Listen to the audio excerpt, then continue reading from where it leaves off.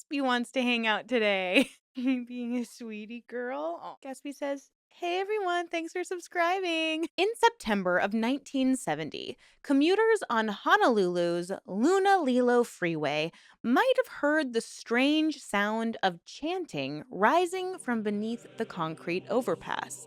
Down below, in a makeshift camp near the University of Hawaii, a 22-year-old surfer turned yogi named Chris Butler led about 20 young devotees in mantra recitations at the top of their lungs. Punctuated by the beat of bongos, long haired and clad in simple garments, the group lived together in an oversized tent and subsisted on shared vegetarian meals. To local onlookers, they seemed like just another band of hippie era seekers. Yet this ragtag encampment was the genesis of what would become the Science of Identity Foundation, or SIF, a secretive spiritual sect that over the next 5 decades would grow quietly from its humble Hawaiian roots into a global network entangled in political power and controversy. So today we are going to jump right into the Science of Identity cult. So sit back, relax, and take a deep breath. It's time to let the fresh air in.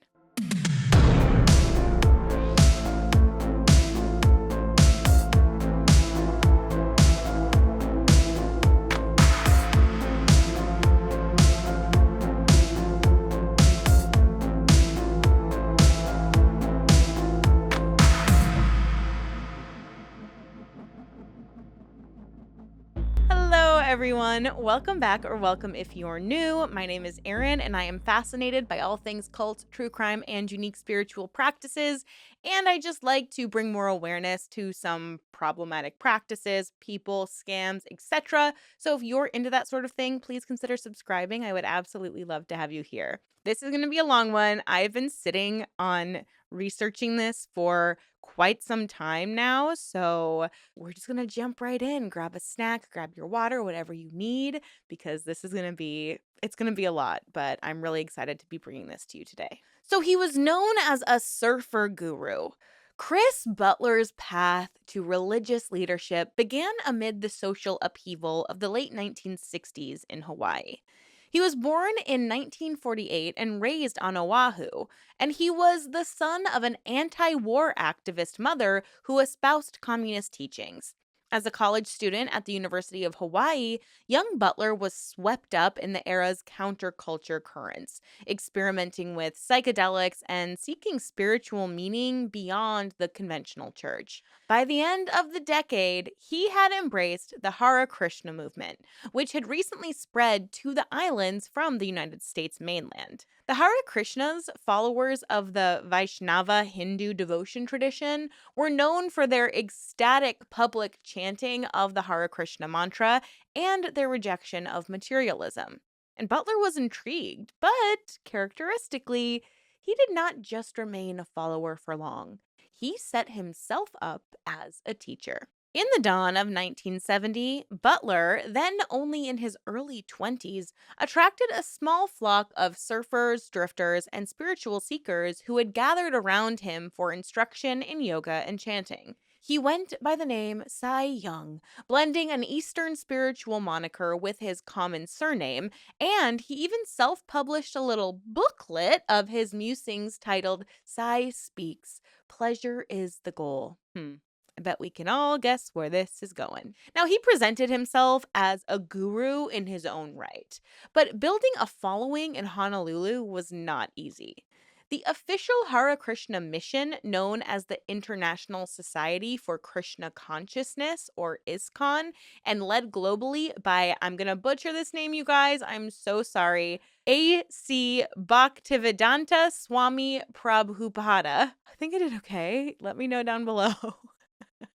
Was actually gaining some traction in Hawaii around the same time, offering an established structure and lineage. Butler found it very difficult to attract new followers against the mainstream movement of ISKCON, which kind of eclipsed his own independent group. But rather than compete outright, Butler made somewhat of a pragmatic pivot. He decided to join forces with the Hare Krishnas, but of course, only on his own terms. According to accounts by former disciples, Butler negotiated a merger of sorts in 1971.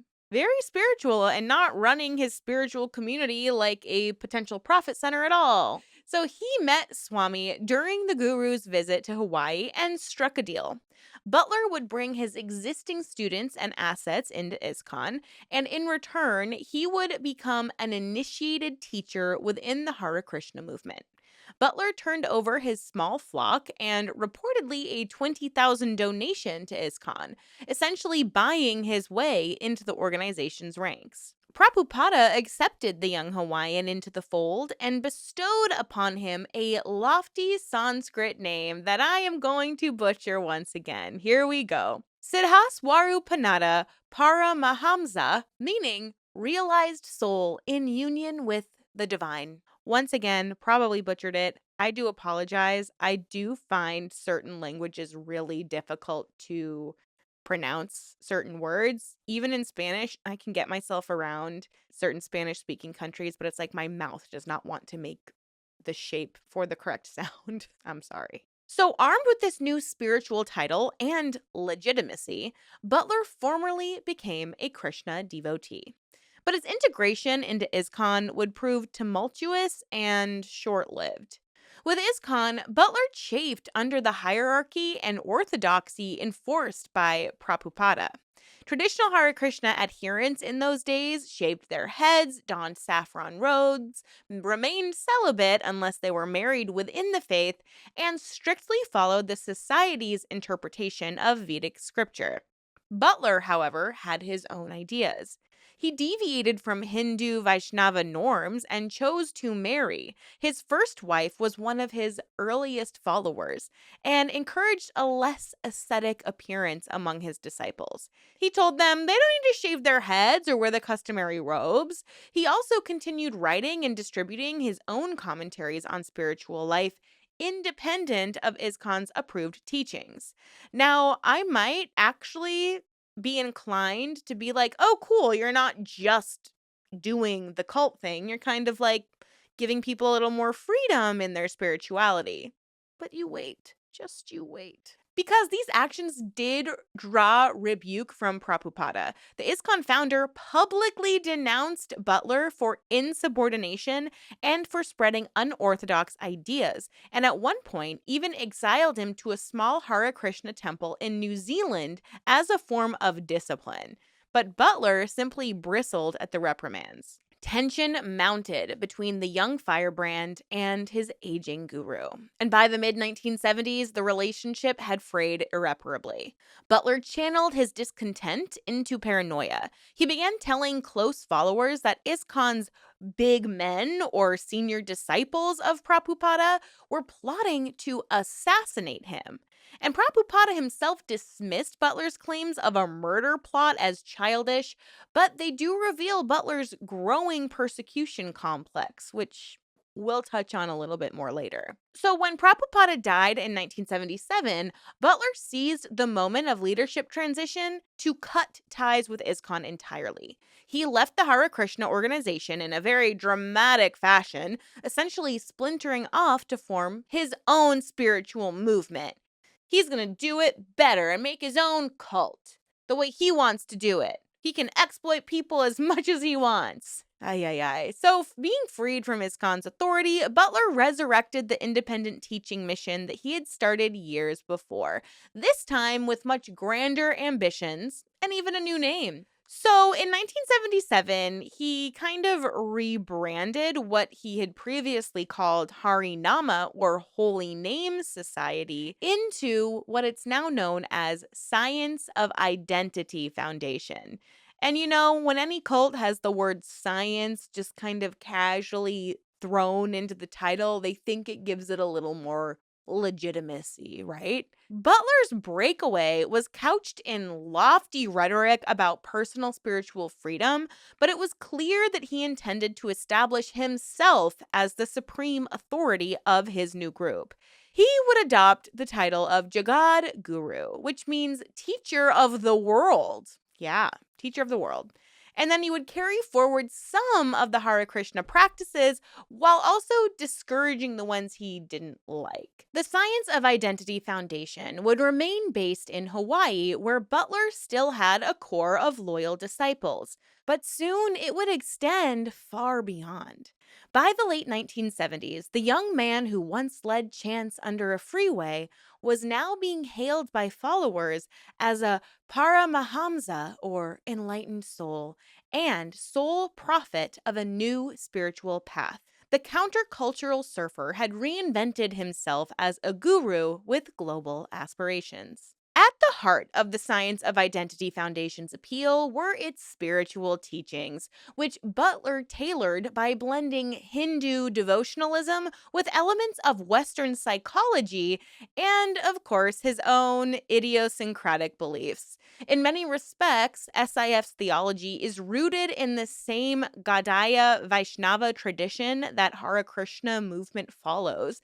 Its adherents worship the Hindu deity Krishna, chant sacred mantras, and strive for self-realization by seeing through the illusion of the material world. Butler often emphasized bhakti yoga, or the path of love and devotion to God, as the highest practice. He taught meditation techniques and kirtan, or group chanting, and kind of repackaged Eastern concepts for a Western audience. Indeed, SIF describes itself as combining the teachings of yoga with aspects of Gaudiya Vaishnava theology. And on the surface, many of SIF's lifestyle prescriptions mirrored those of Orthodox Hare Krishna devotees. Followers are expected to be strict vegetarians, abstaining not only from meat but also from eggs, and many even adopt vegan diets. They must avoid all intoxicants, so no alcohol, tobacco, or drugs. Gambling was not allowed, and they shunned promiscuity or any type of sex outside of marriage. And Butler upheld these principles as essential for spiritual purity. Early disciples recall communal farm living and simple regimented days that revolve around prayer, Sanskrit chants, and, of course, service to their guru. Now, what are these kirtan sessions, or singing the names of God? They were considered a joyous mainstay, sometimes held on Hawaii's idyllic beaches at sunset. In one reminiscence, Tulsi Gabbard, who was raised in the group, yes, that Tulsi Gabbard, described childhood memories of singing or chanting sacred Hindu songs on the beach with fellow devotees. To outsiders, the group could appear to be just a benign yoga and meditation society with a hint of Hindu flavor. But Butler's teachings also departed sharply from traditional Hare Krishna doctrine in ways that set this group apart. Crucially, Butler positioned himself, rather than Krishna or any scripture, as the ultimate guide and focus for his followers' spiritual lives. Absolute personal loyalty to Butler as the guru became the linchpin of the faith. Former members say that they were taught that Butler was God's voice on earth and the pure devotee through whom Krishna speaks. Questioning the leader was basically spiritual unaliving, one ex-follower recalled. To doubt or disobey Butler was to offend God himself. Butler cultivated this aura of infallibility, and disciples whispered that he could read their minds, which, how freaking scary to just be afraid that your own mind can get you into trouble. Talk about having intrusive thoughts as someone not in a cult. I feel like it would only be heightened and emphasized if you're actually in a high control group like this. They thought that he could literally detect impure thoughts or wavering faith. So this belief kept followers in line through an almost supernatural fear. They were wholly and fully indoctrinated into this idea that Chris Butler was basically God. This is what Robin Marshall says. She was an Oklahoma mother whose daughter became involved with SIF decades later. Total obedience was expected, and Butler even had his own Sanskrit honorifics. Some devotees even addressed him as Srila Prabhupada, a title that means at the feet of the Lord. Which, weird, is confusingly very similar to Prabhupada's name. He just liked to steal and slash and burn and grab whatever little bits from other people's defined practices to create his own. But instead of serving some type of ultimate deity, you're expected to serve Butler himself. So, by establishing himself as the singular object of veneration, Butler diverged from mainstream Vaishnava humility and planted the seeds of a high control group. But that's not all. Science of Identity Foundation also developed an eclectic ideology that pulled in more than just Hindu philosophy. Butler mixed in bits of Buddhism and Christianity and aimed for a universalist appeal. He spoke of the science of identity, which is understanding one's true identity as the soul, part and parcel of the divine, a concept that's not far from Hindu teachings. However, Butler's interpretations were unique. He downplayed extensive study of Hindu scriptures like the Bhagavad Gita or Vedas and favored simplified lessons in his own modern analogies. He often rallied against materialistic society and scientism and encouraged a skeptical view not of him, but of the outside world. Public schools and the media and secular institutions were just painted as corrupting forces, and Butler warned followers to trust only the sanctity of his teachings. Many SIF families homeschooled their children to keep them away from any kind of mainstream culture. In the 1980s, Butler established private schools that were controlled by SIF, where children of the devotees could be educated in the group's insulated environment. There, the curriculum combined standard academics with daily spiritual practice and, of course, reverence for Butler and his wife, Wailana, who herself was elevated as some kind of spiritual mother figure within the cult. So, by shaping the minds of the second generation from a very early age, SIF entrenched its belief system across families and generations. One particularly controversial aspect of Butler's doctrine was his hardline stance on sexuality and moral purity. Butler was very anti-LGBT, far beyond what conservative ISKCON members even believed. Homosexuality, he preached, was sinful and degrading. Yeah. And in fact, Butler would routinely condemn gay people in lectures and use slurs and very graphic language. Slurs? Why did I say slurs? Slurs. Slurs. So, tapes of his talks from the 1980s captured him asserting that homosexual acts were demonic and that indulgence in illicit sexual desires, to include bisexuality, could lead to pedophilia and bestiality. Former SIF kids recall being subjected to these wild teachings. They were repeatedly exposed as children to Butler's sexually graphic, deeply homophobic lectures. This is what one person who grew up in the sect recounted. The content was so extreme that those tape-recorded sermons were kept secret even within the group, and were only played internally for obvious reasons. They would be absolutely shocking to outsiders. Butler framed his anti-gay rhetoric as protection of traditional spirituality, but it sowed fear and bigotry within the community. These teachings had very real-world consequences. In the 1990s, Butler's disciple Mike Gabbard, Tulsi's father, became Hawaii's most outspoken anti-gay activist, leading a crusade against same-sex marriage as head of an organization called the Alliance for Traditional Marriage. Gabbard was effectively translating Butler's dogma into public policy campaigns. SIF members' hostility toward sexuality was so pervasive that it became a defining trait of the group, earning Butler and his followers an obvious reputation for being bigots. And Butler's worldview also bred a very stringent hostility towards Islam that would later manifest in his followers' political attitudes. In private, Butler regularly denigrated Muslims and the Islamic faith, teaching that it was a false and dangerous ideology. Decades later, recordings of Butler's Islamophobic tirades would circulate online, revealing his very contemptuous views.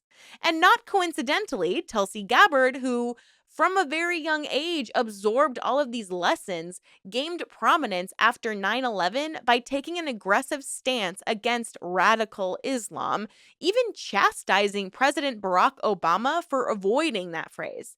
Her public remarks echoed the hard line Butler had pushed in private. In essence, Butler inculcated an us versus them mentality.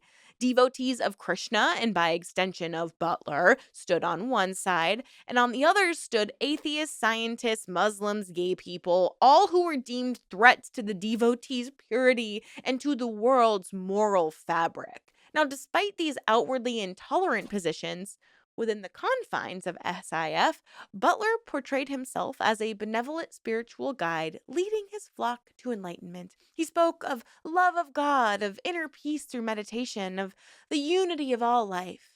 The group's branding leaned heavily on words like peace, happiness, harmony, love, and indeed, many members earnestly believed that they were on a noble spiritual quest for truth. SIF's official materials, even today, emphasize finding real satisfaction and social harmony through understanding one's identity as a soul, which is ironic considering he basically condemns anyone who identifies in a way that he doesn't deem pure. Like, the mental gymnastics this guy is playing are blowing my mind. If you hate a certain type of person, how can you encourage people to be their most authentic selves?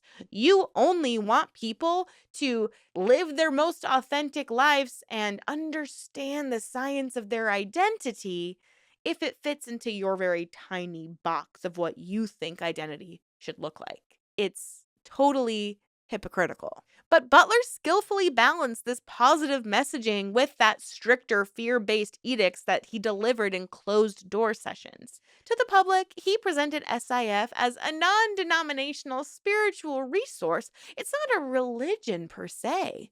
In a rare interview he gave in 2017, Butler downplayed his authority, claiming that he preferred to think of himself as a follower or a student rather than a teacher or leader, and described his relationship with devotees as one of mutual love. But former insiders tell a much different story, one of a leader who demanded absolute loyalty and wielded extraordinary power over his adherents' lives. By the early 1980s, the Science of Identity Foundation had evolved from its tent city origins into a far-flung organization with an increasingly tight inner circle guarding an expanding empire.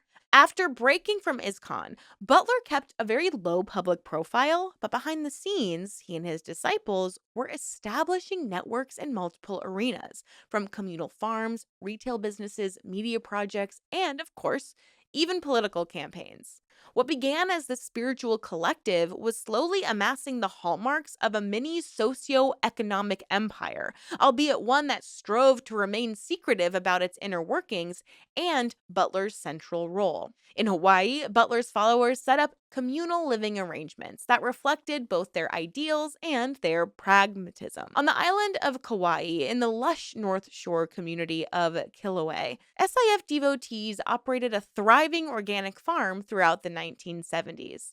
They tilled the land, grew vegetables, fruits, and built a self-sustaining compound where they could live apart from the horrors of mainstream society.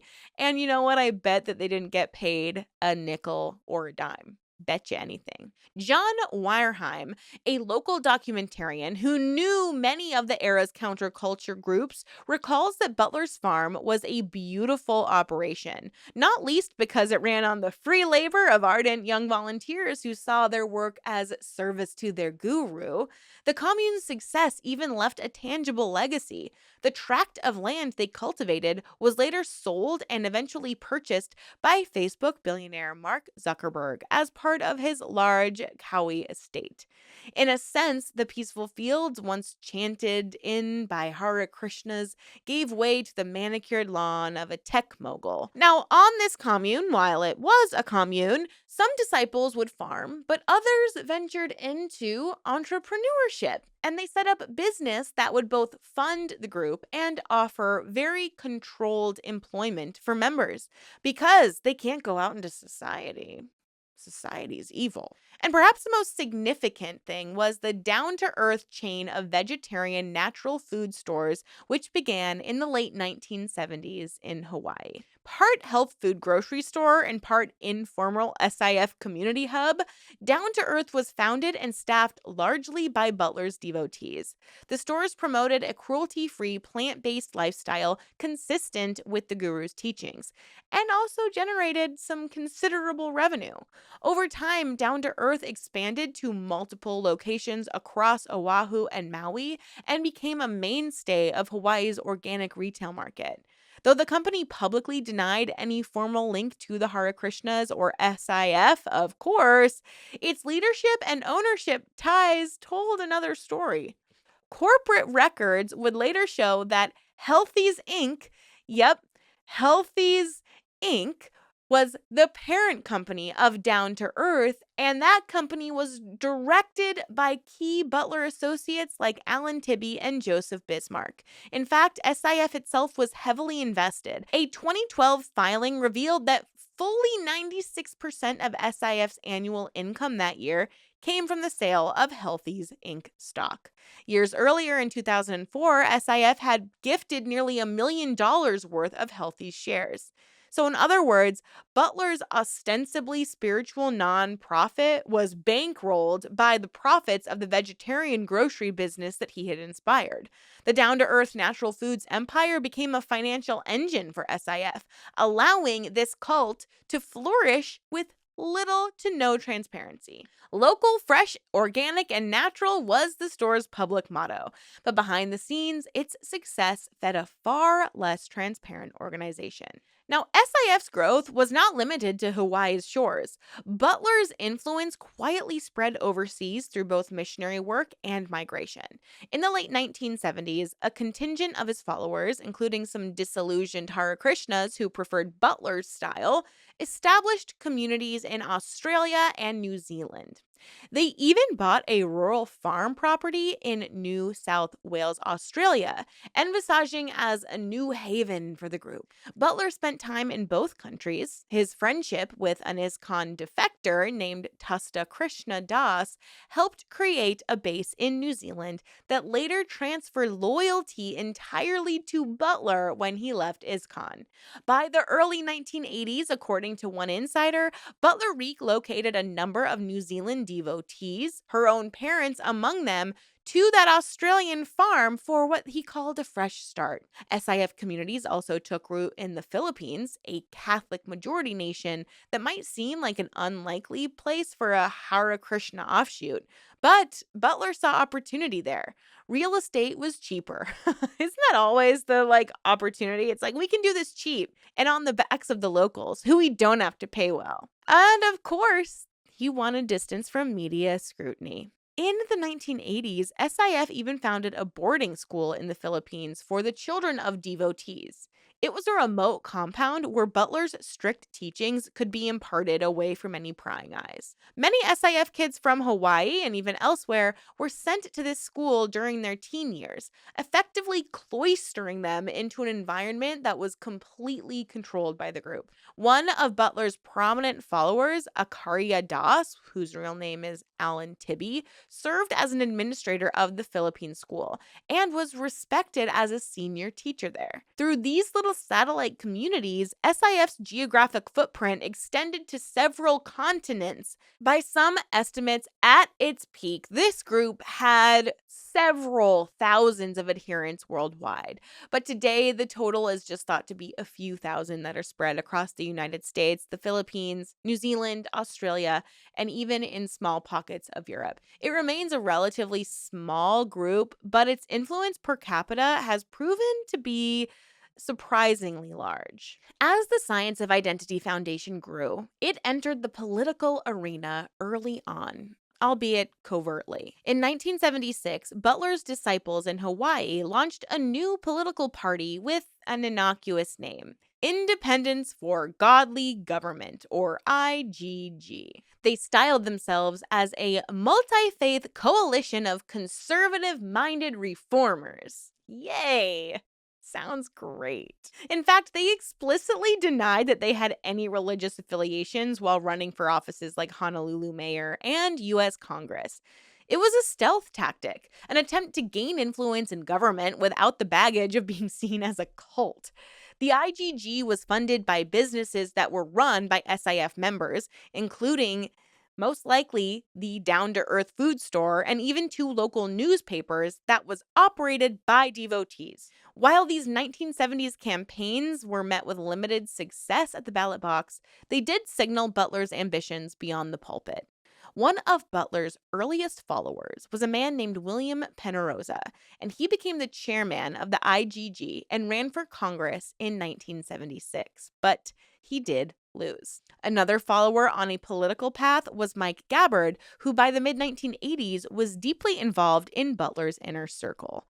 He served as Butler's secretary for personal affairs until a fallout in 1987. So the seeds of political power were being planted within the sect, only to be harvested decades later. Meanwhile, Butler's organization was amassing wealth in less visible ways as well. In the 1980s, he dabbled in mass media, hosting a late-night TV talk show in Hawaii called Chris Butler Speaks on Channel 13. Ostensibly, it was a public access religious show, but it was another platform on which to spread his teachings.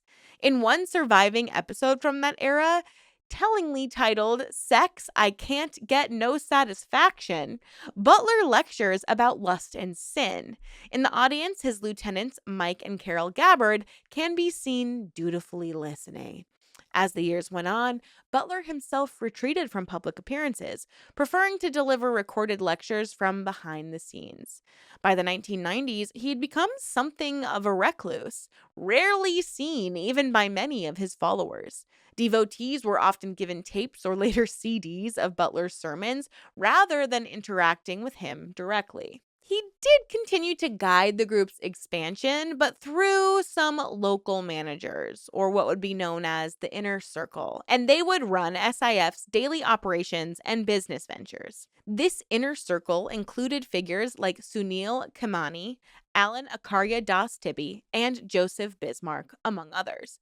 They were not publicly famous, but they wielded significant clout in SIF's empire. Khemani, described by one ex-member as Butler's ninja, his right-hand man, was known in the 80s and 90s as the guru's fixer. The guy with the phone always pressed to his ear, apparently always carrying out Butler's instructions. Tibi, a New Zealander, became an international businessman, jetting off around Asia on behalf of the group, all while functioning as one of SIF's senior teachers and even marriage officiant for disciples' wedding. Bismarck, a Singaporean also known as Joseph Bernard Mariategui, was a co-founder of a multinational marketing company called the QI Group and a devout Butler follower from his youth. He once described how he had been a 9-year-old runaway who found refuge as a vegetarian monk at a Butler-run school in the Philippines. Bismarck eventually owned 2 luxurious homes in Oahu, which he made available for Butler and top disciples to live and work in. These homes, including a multi-million-dollar oceanfront mansion in Lanikai, effectively served as SIF's secretive headquarters. Butler himself resided for years in an upscale beachside enclave in Kailua, hidden in plain sight behind high walls and security systems, even as most Hawaiians living nearby had no idea a guru was in their midst. It was through the likes of Bismarck and Tibi that the Science of Identity Foundation became entangled in an international web of finance that would later draw allegations of criminality. The QI Group, which Bismarck and his partners founded in 1999, operated a global multi-level marketing enterprise encompassing brands like QNet, QuestNet, and others selling various products via a pyramid-style structure. Now, if you don't know what an MLM is, it's your Arbonnes, it's your Avons, it's your Amways. You should just go down the line in alphabetical order. They are pyramid schemes. They're your hey girl messages you get from your bully from high school. That's what we're talking about here. So QI Group's chairman, Vijay Eswaran, and Alan Tibi, this guy who is like super devout, to Butler, teamed up to expand their business into India, and that is where trouble struck. In 2009, Indian authorities charged Tibby and as Warren in an alleged $170 million Ponzi scheme, accusing them of running an illegal pyramid operation in the state of Tamil Nadu.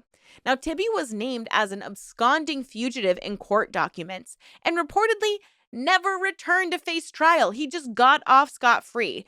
So to launder and invest the scheme's proceeds, Tibby and as Warren were said to have used resorts and construction projects as these fronts. So police and Chennai froze Tibby's bank accounts and issued warrants, but he still was able to elude arrests by staying abroad. So this scandal obviously cast a harsh light on SIF's financial dealings because Tibby was not only a top devotee, but also very intimately involved in SIF's main cash cow, that grocery store down to earth. And not only that, but he was married to a woman who campaigned for Tulsi Gabbard. It's all coming full circle. The QI group, it turned out, had quietly acquired Down to Earth entirely, further entwining SIF's charitable assets with a dubious MLM scheme. In fact, Bismarck as Warren and Kamani all sat on the board of Healthy's Inc., which, reminder, is Down to Earth's parent company. SIF's critics allege that the group essentially piggybacked on QI Group's successes or ill-gotten gains to fund Butler's lavish lifestyle and the sex activities. I mean, it's a remarkable trajectory, right? These barefoot devotees trade their coconuts and crops in a hippie commune to becoming international businessmen who try to move millions through offshore companies. The spiritual and temporal powers of the Science of Identity Foundation grew hand in hand. So throughout all of these developments, a consistent pattern emerged: secrecy and deception as a means to protect the group. Whether it was in politics by concealing affiliations, business by layering ownership through front companies, or even in everyday life by insulating members from outsiders, SIF cultivated a culture of secrecy. In 1993, for example, one Hong Kong registered enterprise linked to Butler's people was innocuously named Thai Leaf Productions. But a former accountant, Graham Neal, later blew the whistle that it was a shell for illegal dealings, prompting SIF to sue him into silence. Neal said the lawsuit just about destroyed him both financially and otherwise. And within the group, members were routinely told not to mention Butler or SIF to media or strangers, and to present themselves as simply individual truth seekers or yoga practitioners. Over the years, SIF has used numerous front names for its public-facing events, from wellness seminars to kirtan groups that gave no hint of a connection to Butler. By keeping a low public profile and reinventing their branding, the Science of Identity Foundation largely flew under the radar of anti-cult watchdogs and law enforcement, even as its sphere of influence started to widen very quickly but very quietly. For most of its existence, the inner life of the Science of Identity Foundation has remained opaque to outsiders, sealed off by the group's secrecy and the loyalty of its members. But in recent years, a number of former members who grew up or spent years inside SIF have come forward to share their experiences. Their testimonies paint a picture of a tightly controlled, insular subculture that governed not just religious life, but every aspect of daily existence. To these insiders turned whistleblowers, SIF was not a benign spiritual family. It was a high-demand, closed group. Or in other words, a cult. Through their eyes, we get a glimpse of what it was like to live under Butler's rule. One common theme in ex-members' accounts is the totalistic control Butler exerted over followers' personal lives, often in very invasive ways. Butler expected disciples to structure their days around devotional activities and service, leaving little room for independent thought or processing.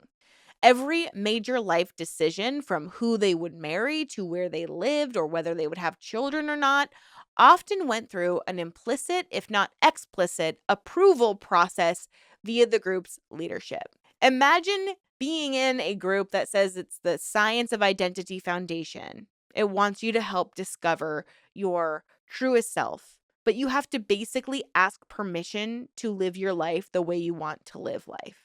In fact, individual identity was subsumed into the group's identity. A former member named Lolita, who wrote a very detailed personal essay after leaving, said the entire dynamic centered on gaining favor of the leader, with the leader using that dynamic in a controlling and abusive manner. According to her, Butler did not generally demand sexual favors as some cult leaders do, but he did emotionally abuse and spiritually manipulate members, sometimes through these bizarre forms of punishment. She described how devotees might subject themselves to sleep deprivation or physical hardship to try to prove their dedication to him. Or they would be berated and shamed for minor transgressions as a means of breaking down their ego. Another former member told New York Magazine that Butler could be astonishingly vulgar and vindictive towards his flock. He would punish someone for as little as driving poorly or failing to properly clean the temple's water cups. Public humiliation was a tool that he used to assert his dominance. And Butler himself, in the names of spiritual tough love, referred to this practice as giving devotees some of Krishna's mercy by knocking down all of their pride. Now, outsiders might see only the serene smiles and chanting, but insiders knew the ever-present fear of their guru's wrath. Children raised in SIF had a particularly strange and sheltered upbringing. Many never even attended public school, as mentioned, and they were instead educated within the sect, either at home by their parents using curricula that was acceptable to the group, or at an SIF-run school. In the 1980s, Mike and Carol Gabbard, aka Tulsi Gabbard's parents, operated a private elementary school in Hawaii. Carol Gabbard was a teacher and administrator, and Mike, under his spiritual name Krishna Katha Das, was the headmaster. A class photo from that era, provided by a former student, shows Carol standing behind the girls and Mike behind the boys, with all the children wearing identical modest uniforms. Academic learning did take place, but so did indoctrination. We were taught to worship Butler and his wife as messengers of God, recalled Ian Kovayak, who spent 4.5 years at an SIF boarding school in the Philippines. Spiritual tapestries and altars adorned the classrooms. Every day began and ended with prayers. Standard subjects were sometimes colored with the group's philosophy. Like, for example, biology lessons that emphasized the soul distinct from the body, or history lessons that highlighted the failures of materialistic society. More disturbingly, children were exposed to Butler's extreme sermons from a young age. Former students recall that teachers would play cassette recordings of Butler's lectures, even the ones that are full of sexual content and hate, while in the school setting. There was so much hate towards gay people and basically anyone who didn't follow their path. The kids absorbed the message that they were soldiers in a holy war for morality. They also learned that attachment to family had to be minimized. Butler taught that worldly family ties could actually hinder one's devotion to God, aka Him. One ex-member wrote that children were intentionally isolated from their parents who did their best not to love us too much. Can you imagine growing up and being like, my mom can't love me? It's all so that this guy can control these young, impressionable children. Because Butler recommends that parental love should be transferred to love for the guru, for him. In effect, he positioned himself as the surrogate father figure for the community's youth. It's just creepy. Devotees were even encouraged to refer to him as Guru Dev in terms of endearment and reverence, typically reserved for one's spiritual parent or guide. Now, this dynamic sometimes created these heartbreaking situations. For example, if a member did decide to leave SIF, their own children, who were still indoctrinated, might actually shun them for offending the guru. Indeed, several individuals who left had said they lost contact with family members who were still in the group. And this is a common tactic in cultic groups to try to prevent dissent from spreading. And discipline within SIF would be harsh. While not much has been publicly reported about physical abuse, the psychological pressure was intense. Members were expected to adhere to strict purity routines. Some former members recall how germophobia pervaded Butler's personal requirements. Devotees assigned to serve him, like cooking or cleaning in his quarters, had to wear surgical masks, thoroughly disinfect themselves, and even avoid breathing directly in his presence, out of fear of contaminating the guru who was said to have such a delicate constitution. But I thought he was of God and otherworldly, is he not? He is described as having an obsessive fear of germs and illness, which his followers interpreted as an eccentric sign of holiness. One ex-follower characterized Butler as a misogynistic, homophobic, germophobic, narcissistic nightmare, saying that these traits were excused and hidden by those around him. So, for example, female followers were often relegated to these subservient roles like cooking, cleaning, and silently serving, while men would take on more visible leadership positions, with Butler at the top, of course. The hierarchical nature of the group was apparent in the concept of Butler's ninjas, as the inner circle was half jokingly called. These were the fiercely loyal enforcers and facilitators who did whatever was needed to carry out Butler's wishes. They managed finances, handled troublesome members, and even coordinated security. In one leaked internal letter from the 1980s, Butler instructed disciples to do whatever necessary to ensure SIF did not run out of cash, underscoring the all-hands-on-deck mentality regarding the group's survival and comfort. Those who were part of this elite had privileges, close access to Butler, nicer accommodations, but they also bore the burden of guarding the sect's secrets. One such ninja, Sunil Kamani, was so trusted that Butler dispatched him to handle sensitive missions, and decades later, Kamani would even spearhead efforts to burnish Tulsi Gabbard's public image and cover any tracks linking her to SIF's more controversial dealings. For rank and file members, life in SIF oscillated between devotional fervor and paranoia. Every week, but sometimes more often, there were these group gatherings called satsangs, where devotees congregated, most often in someone's home or a rental hall, to chant, hear recordings, or the occasional live lecture from Butler, and then they would socialize within those approved bounds. These were allegedly joyous occasions on the surface, and participants would sway and sing with eyes closed in bliss. Yet even at these events, there was this subtle fear that lurked. Members knew that spies of the Maharaj, or another term they used for Butler, could be watching for any lapses. So if someone nodded off during the lecture or sang off key or showed up wearing something that was considered immodest, that might get reported up the chain. Ironically, individuality was suppressed in favor of a groupthink that could sometimes turn Orwellian. One former devotee wrote that in SIF, they lived in a kind of constructed reality where the outside world was an illusion, and only the group's narrative was true. Can you imagine living like that? Like believing that only what's happening in your own tiny world is real life and totally ignoring that there could be any other type of experience by other people around the world. It's just so scary to think about. I mean, this is a total isolation of minds, and it was just as strong as the physical isolation on those remote farms and private schools. And if you thought, oh, leaving the group is easy, no, it was agonizingly difficult for those who tried. And it wasn't due to just social and familiar ties, but also the deep indoctrination. Butler had instilled the belief that leaving or offending the guru would basically result in spiritual doom, one that might mean that someone's reincarnated as an animal or suffer some kind of horrific karma. To be fair, I would love to be a house cat in my next life, but only if my owner is super chill and lets me just sleep and eat all day, because after this life experience, that's really all I want. That is heaven to me.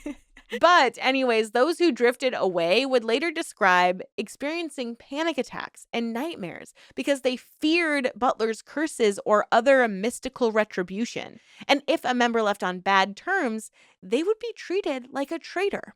For example, after Mike Gabbard had a temporary falling out in the late 80s, as hinted by some internal letters removing him from his secretary role due to being stupid. What? Other members were warned to distance themselves from him until he chastened. But however, he would jump back into the fold in the 1990s when he began his political career because he just loved Butler's homophobic values. Those who permanently defected often lost contact with family who was still inside. And it's very telling that when journalist Christine Grallo was researching SIF decades later, several ex-members she found would only speak anonymously because they were fearful of being cut off from relatives who still follow Butler. This fear speaks volumes about the group's hold on people. But yet, amid these accounts of abuse and control, some former members express ambivalence. They will recall genuine moments of community warmth, personal growth, and profound spiritual experiences during their time in SIF. And as we talk about all the time on this channel, cults are rarely black and white to those who lived through it. I mean, the group at some point had to have given them a purpose or even a family for years. But it's this complexity that can make recovery so difficult. It's taken years for some people to even recognize that what they were in was indeed a cult. Only as more testimonies come together, forming a consistent pattern of psychological manipulation, have many considered that the Science of Identity Foundation fits that classic mold of a destructive cult, replete with a charismatic authoritarian leader, thought reform practices, isolation, and of course, exploitation of its members. In the eyes of these defectors, Butler's group stole their autonomy under the guise of spiritual salvation. Quote, "What I am concerned about is the control I know Chris Butler has," unquote. This is what one woman who left SIF wrote, worrying especially about Butler's influence over Tulsi Gabbard, the influence he has over her ability to make decisions that could become law and impact a whole lot of people, unquote. Well, it's very concerning. To them, the danger was no longer just theoretical or contained within the group. It had burst into the open when SIF disciples took the stage in politics. Through the late 20th century, the Science of Identity Foundation largely avoided public scrutiny. Many Hawaii residents were vaguely aware of a Hare Krishna offshoot in their midst. It's a secretive yoga group led by this reclusive guru, but there weren't many details in the media.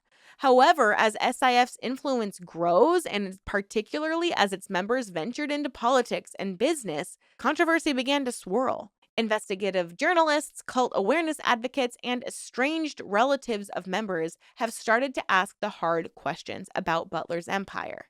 In the past 2 decades, a series of revelations has pulled back the curtain on SIF, leading to a barrage of negative publicity and the branding of the group as a cult in headlines. So let's examine some of the most significant controversies. Now, obviously, we have to address the homophobia and hate speech because it's a particularly damaging controversy for SIF because Butler's been recording his rants of homophobic teachings. So what stayed mostly hidden on crackly tapes in the 80s became a lot more widely known because these recordings were leaked as his disciples' political actions grew notice. So for example, in 2004, when Tulsi Gabbard, then a state representative, and her father Mike vehemently opposed civil unions for same-sex couples in Hawaii, LGBT activists and journalists began tracing their ideology back to Butler's influence.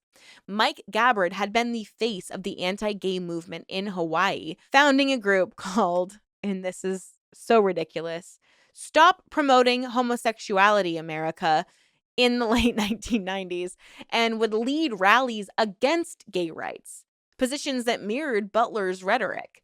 In 2019, the Iowa Informer published a comprehensive review of Butler's decades of talks, cataloging the many slurs and condemnations that he levied at LGBT people. That article by Christine Grallo included excerpts like Butler exclaiming that homosexuality was a deny your diary, gross, nasty, disgusting lifestyle. Okay? Why do you care so much about what people are literally you're even saying in your diary? They're doing it at home. I don't understand. I don't understand. Let people be who they are. Former members have also apologized for the harm these teachings have caused. One person who identifies as queer wrote in hindsight that Butler's dogma instilled a self-hatred in young devotees who were struggling with their sexuality. The controversies here are twofold: the content of Butler's teachings and the hypocrisy of SIF's silence on it. Tulsi Gabbard, in her early career, of course echoed anti-gay views, and then later had to publicly apologize and say that it was her upbringing in an anti-LGBT sect that shaped that mindset. Then she tried to pivot to a more tolerant stance politically.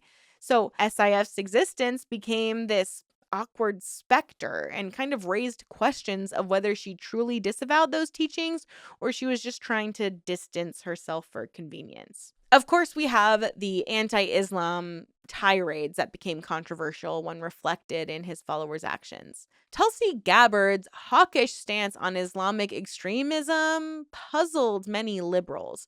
When reporters dug into Butler's background, they found that he had long been warning of an Islamic takeover and vilifying Muslims.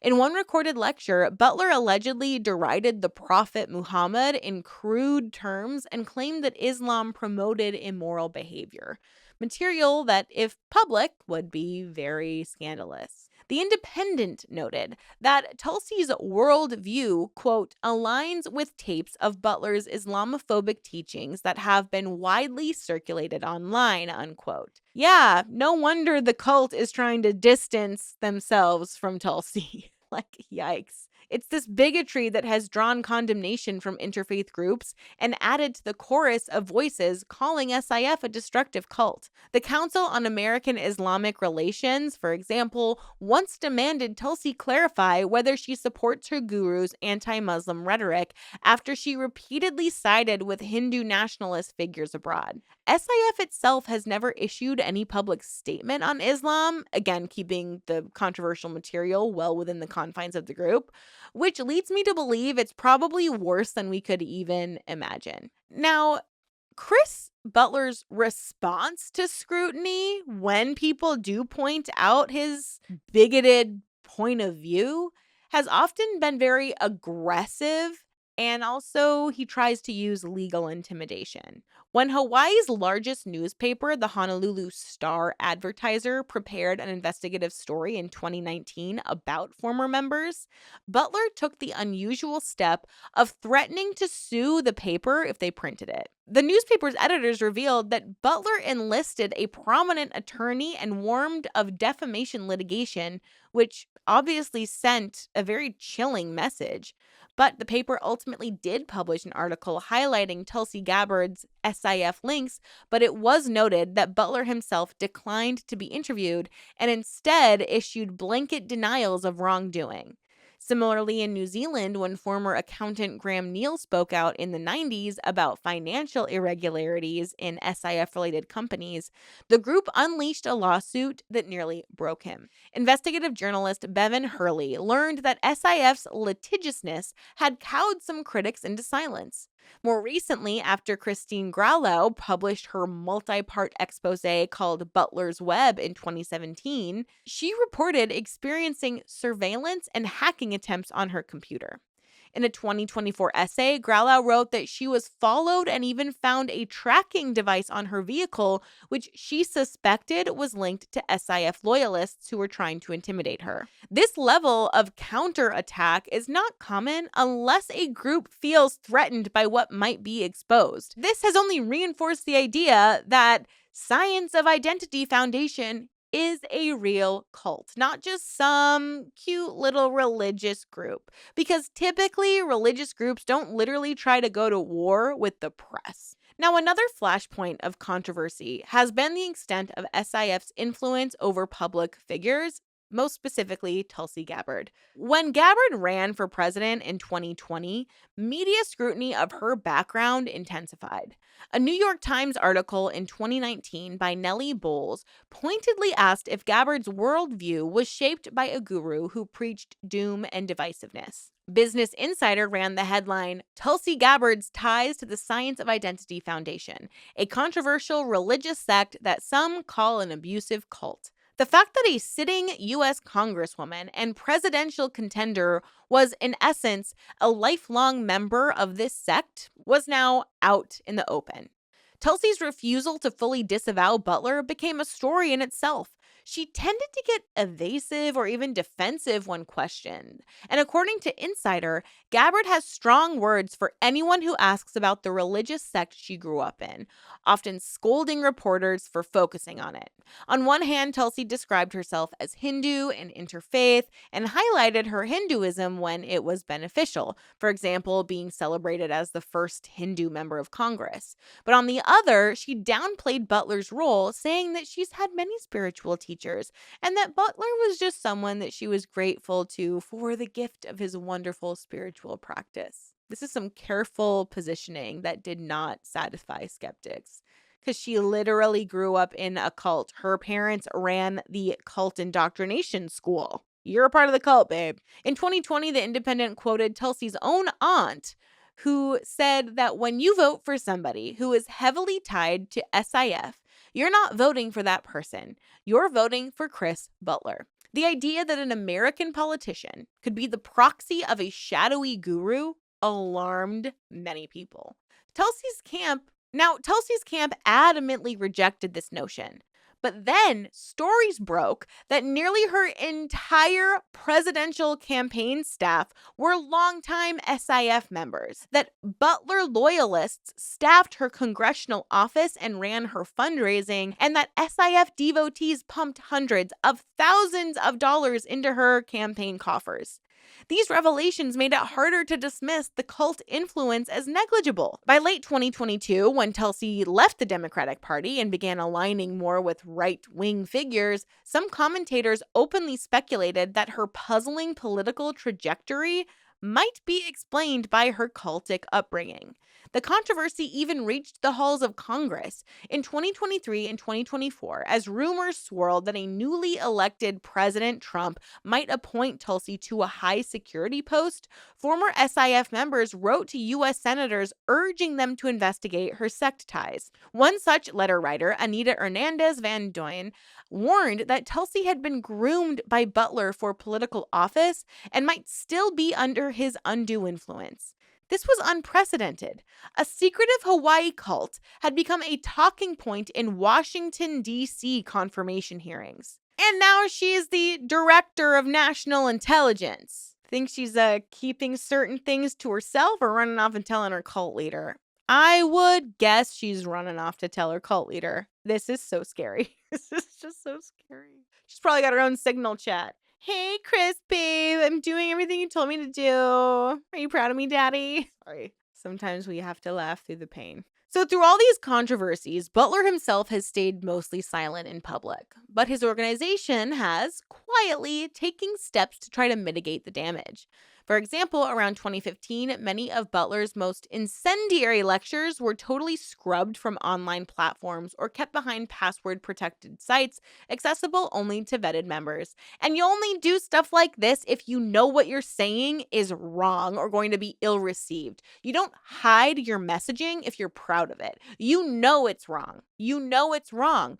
You're spreading hate because you like to spread hate. A Polish-dubbed video of a Butler talk that showed Mike and Carol Gabbard, Tulsi's parents, beside him was actually pulled from YouTube in 2017 after investigators highlighted it. The group's representatives, like its listed president, Jeannie Bishop, typically decline to comment when contacted by media. Their strategy appears to be wait out the storms, maintain deniability, and reassure their flock internally that persecution is to be expected for a true spiritual movement. Typical. I mean, this playbook is common to many high control groups that face scrutiny. And luckily, The controversies have taken a toll.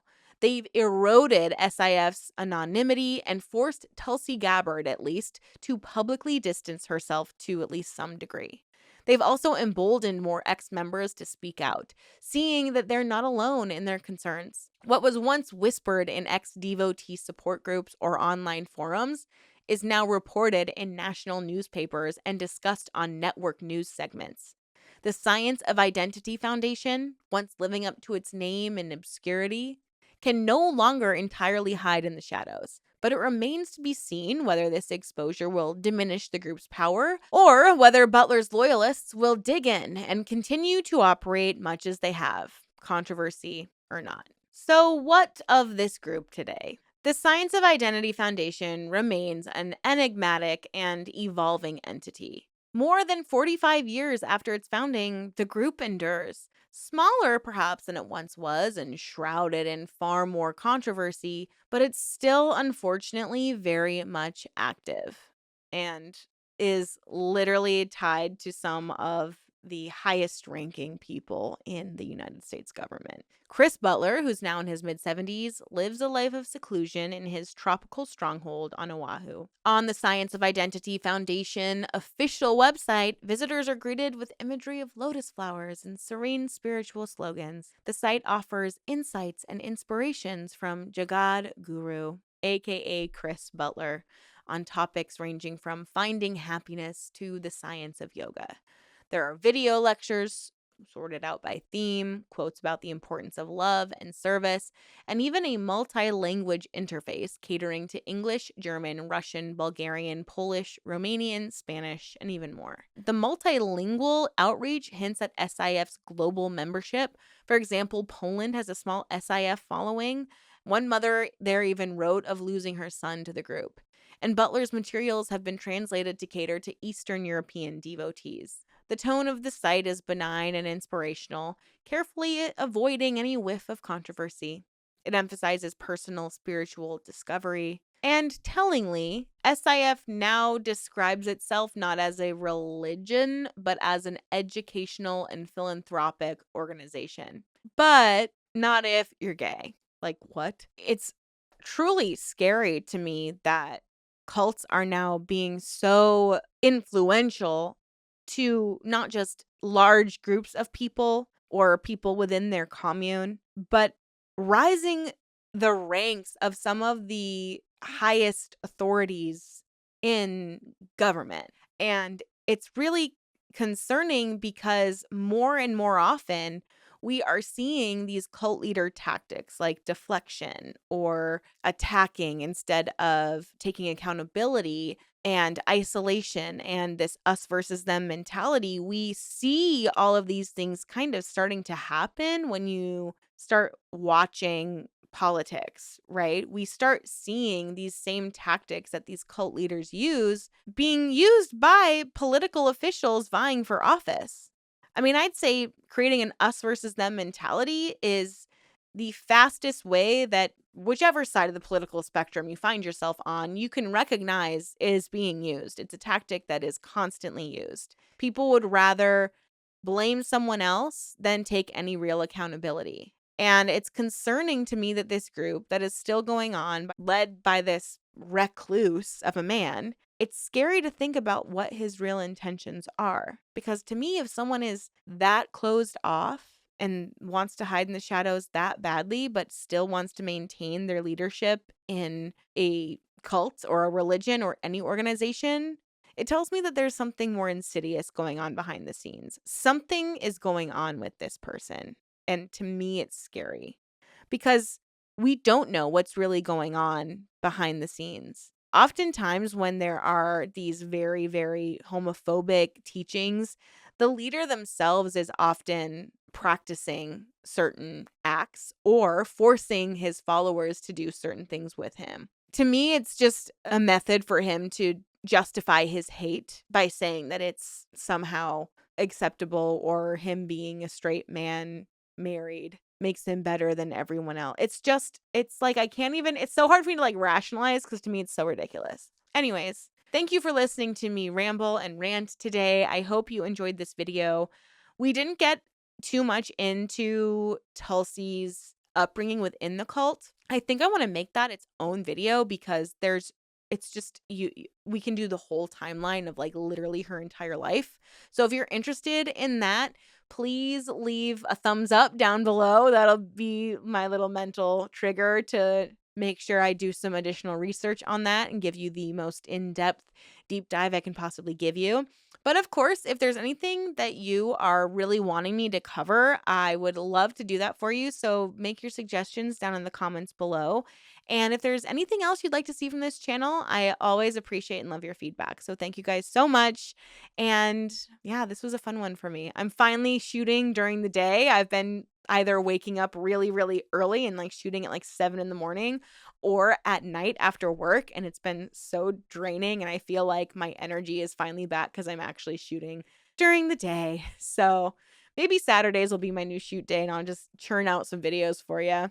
But thank you guys so much. I really, really appreciate your support. I hope you enjoyed this video. I hope it was easy to understand because there was just so many pieces to this that I was like, wow. Anyways, appreciate you guys. Have a wonderful rest of your day. Please stay safe out there, ask questions, and always stay skeptical. I'll see you in my next video very soon.